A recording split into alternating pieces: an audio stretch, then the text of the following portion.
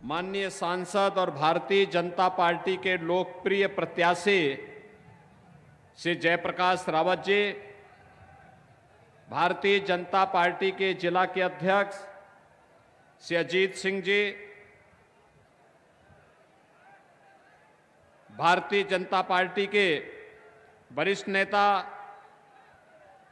पूर्व सांसद श्री नरेश अग्रवाल जी, राज्यसभा के हमारे माननीय सांसद श्री अशोक वाजपेयी जी, हमारे सभी माननीय विधायकगण श्री माधवेंद्र प्रताप सिंह राणो जी, प्रभास कुमार जी, श्याम प्रकाश जी, पूर्व जिलाध्यक्ष राम बहादुर सिंह जी, एमएलसी से अशोक अग्रवाल जी और भारतीय जनता पार्टी के हमारे सभी पदाधिकारी और उपस्थित बहनों और भाइयों, मैं सबसे पहले श्री हरि भगवान श्री विष्णु के दो महत्वपूर्ण अवतारों श्री नरसिंह अवतार और बराह अवतार की इस पावन धरा को कोटि कोटि नमन करता हूं। आप सभी का मैं हृदय से अभिनंदन करता हूं कि इतनी भीषण धूप में इतनी भारी संख्या में गर्मी और लू की परवाह के बगैर आप जिस मजबूती के साथ, जिस उत्साह के साथ अपना आशीर्वाद देने के लिए भारतीय जनता पार्टी के प्रत्याशी को देने के लिए आए हैं, वह अंतःकरण से विभूत करने वाला है। मैं आपका हृदय से अभिनंदन करता हूं, स्वागत करता हूं। बहनों और भाइयों, हरदोई हम सब के लिए एक मानक है और इस बात का मानक है कि सृष्टि के प्रारंभ से ही इस सृष्टि में दो प्रकार के मानव रहते आए हैं। एक वे जीव हैं जो श्री हरि विष्णु के विरोधी हैं, ईश्वरीय सत्ता का विरोध करते हैं, और दूसरा वे मानव हैं जो श्री हरि ईश्वरीय सत्ता के स्नेही हैं। और हरदोई वासी तो ये साक्षात भगवान विष्णु के स्नेही माने जाते हैं, श्री हरि के स्नेही माने जाते हैं, इसलिए हरदोई कहलाए। और बहनों और भाइयों, जो कार्य सृष्टि के प्रारंभ में से चला रहा है वही तो आज भी हो रहा है। देश के अंदर एक तरफ भगवान श्री विष्णु के ही अवतार मर्यादा पुरुषोत्तम भगवान श्री राम के भक्त हैं और दूसरी तरफ रामद्रोही हैं। आज आपने देखा होगा कांग्रेस ने अपने एक प्रवक्ता के खिलाफ इसलिए कार्रवाई कर दी क्योंकि उनकी प्रवक्ता अयोध्या में रामलला का दर्शन करने के लिए गई थी।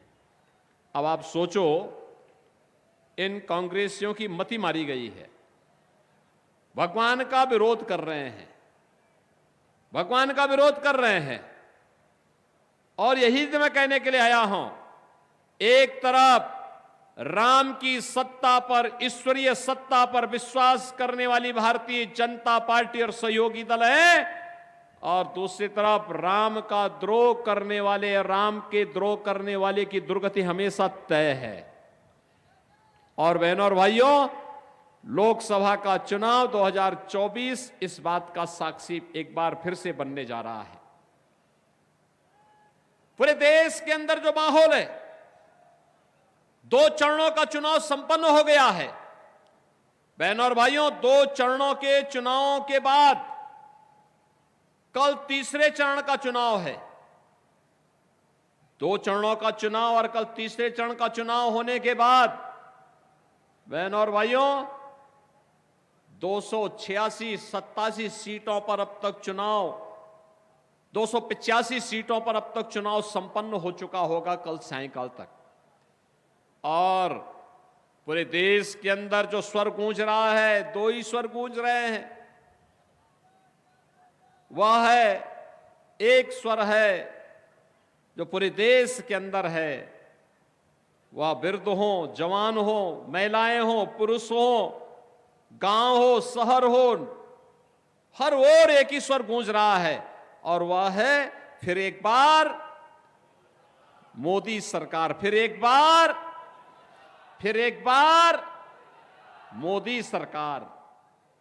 और लोग पूछते हैं कि मोदी सरकार क्यों?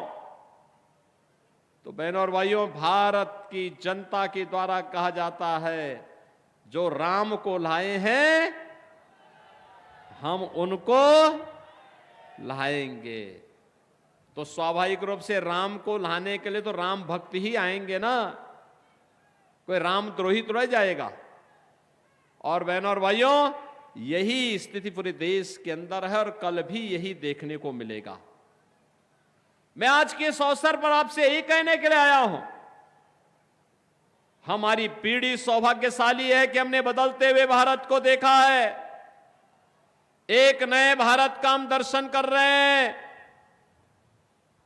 जो भारत दुनिया के अंदर सम्मान प्राप्त कर रहा है, जिस भारत की सीमाएं सुरक्षित हैं, जिस भारत में आतंकवाद और नक्सलवाद पूरी तरह नेस्तनाबूद हो रहा है, और जिस भारत ने विकास के नित नए प्रतिमान स्थापित किए हैं, highway, railway, expressway, 1 district 1 medical college, IIT, IIM, IIIT, NIT, world class university, 1 district 1 product के माध्यम से स्थानीय कारीगरों को सम्मान देने का कार्य हो, या हर घर नल की योजना।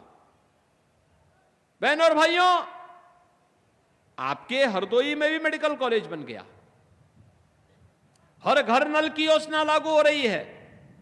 और हरदोई में बहनों और भाइयों, गंगा एक्सप्रेसवे भी यहीं से होके जा रही है। गंगा एक्सप्रेसवे जाने का मतलब, अगर हरदोई से आपको दिल्ली जाना होगा तो मात्र 4 घंटे में आप गंगा एक्सप्रेसवे से दिल्ली पहुंच जाएंगे, और प्रयागराज जाना होगा तो 1.5 से 2 घंटे में आप प्रयागराज पहुंच जाएंगे। इसमें औद्योगिक क्लस्टर बनेंगे, हजारों नौजवानों के लिए नौकरी और रोजगार की सुविधा प्राप्त होगी। एक नए स्वरूप में, एक नए भारत का दर्शन हम कर रहे हैं। विकास भी है और विरासत का सम्मान भी है। विकास भी है, विरासत का सम्मान भी है, और गरीब कल्याण भी है। आप सोचो, कांग्रेस और समाजवादी पार्टी की सरकार के समय गरीब भूखों मरता था।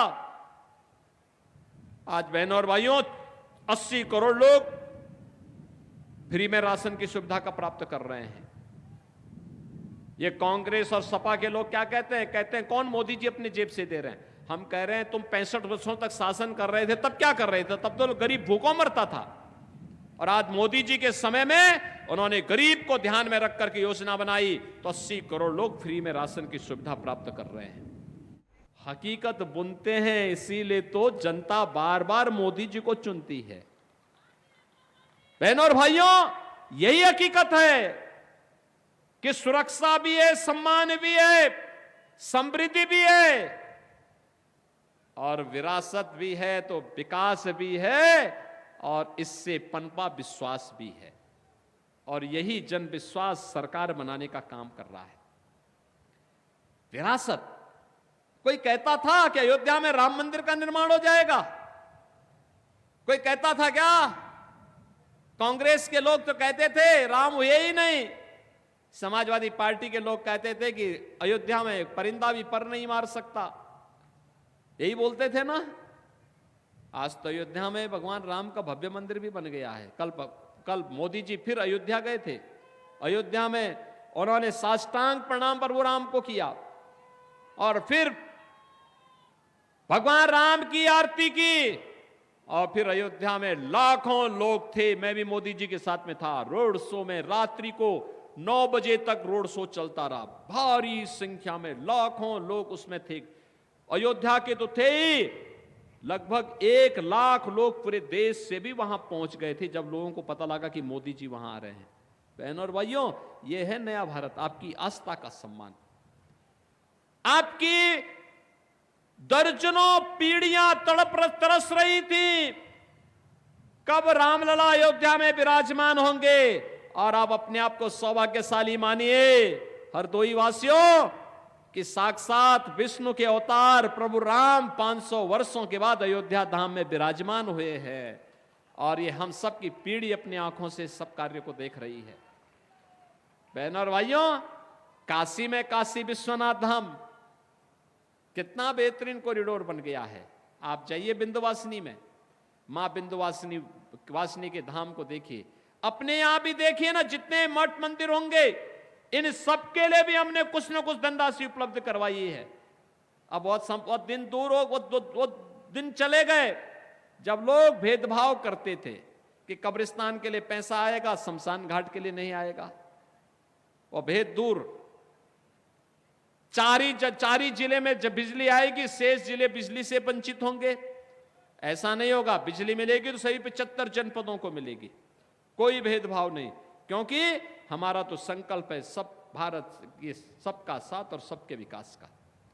बहनों और भाइयों, इसीलिए हम लोग आए हैं आपसे कहने के लिए, एक तरफ विकास है, विरासत का सम्मान भी है, सुरक्षा भी है तो समृद्धि भी है। और इस बार मोदी जी आपसे वोट मांगने के लिए किस बात पर आए हैं? वो आए हैं कि हमें विकसित भारत बनाना है। विकसित भारत किसके लिए? आपके लिए, इन युवाओं के लिए, आने वाली पीढ़ी के लिए। 25 साल के बाद आने वाली पीढ़ी खुशहाल जीवन व्यतीत कर सके, कोई गरीब न रहे, कोई कमजोर न रहे, कोई बदहाल न रहे, किसी के सामने हाथ फैलाने की नौबत ना आने पाए। इस प्रकार का भारत हमें चाहिए और उस प्रकार के भारत के लिए मोदी जरूरी है भारत के लिए। और इसीलिए हम लोग आए हैं आपसे कहने के लिए बहनों और भाइयों, उस भारत के लिए आज आपका समर्थन और आशीर्वाद भारतीय जनता पार्टी के प्रत्याशी श्री जयप्रकाश रावत जी के समर्थन में आपसे अपील करने के लिए आए हैं। बहनों और भाइयों, श्री जयप्रकाश रावत जी को मिलने वाला कमल चुनाव चिन्ह पर एक एक वोट ये मोदी जी को जाने वाला है, मोदी जी को जाएगा। इसलिए कमल चुनाव चिन्ह पर 13 मई को होने वाले चुनाव में श्री जयप्रकाश रावत जी को भारी बहुमत से आप विजयी बना के भेजेंगे, भेजेंगे, भेजेंगे। थोड़ा जोर से बोलिए, आपकी आवाज लखनऊ में भी और दिल्ली में भी पहुंचनी चाहिए। पहुंचेगी हरदोई की आवाज, भारी बहुमत से विजयी बना के भेजेंगे। सहमत हैं? जयप्रकाश जी रिकॉर्ड वोटों से चुनाव जीत के जाएंगे, सहमत है ना? तो मैं निश्चिंत होकर के जाऊंगा, मोदी जी को बता जाऊं कि हम हरदोई सीट रिकॉर्ड वोटों से जीतेंगे। वैसे भी यहां शाहबाद का तो रिकॉर्ड है, मैं 2022 में भी आया था रजनी जी के चुनाव में और तब भी आपने अपना आशीर्वाद दिया, प्रदेश में सरकार बन गई। और बहनों और भाइयों, इस बार हम फिर आए हैं जयप्रकाश रावत जी को भारी बहुमत से विजयी बनाकर के मोदी जी को तीसरी बार भारत का प्रधानमंत्री बनाना है, जिससे विकसित भारत के अभियान में हम भी भागीदार बन सकें। सहमत है ना? तो कमल चुनाव चिन्ह पर भारी बहुमत से विजयी बनाने की अपील करते हुए बहनों और भाइयों मेरे साथ बोलेंगे, भारत माता की, भारत माता की, भारत माता की जय श्री राम, जय जय श्री राम। और ये मुख्यमंत्री योगी आदित्यनाथ को आप हरदोई से सुन रहे थे, जहां पर यूपी के रण में वो उतरे। इसके साथ ही आमजन से वोट की अपील बीजेपी के पक्ष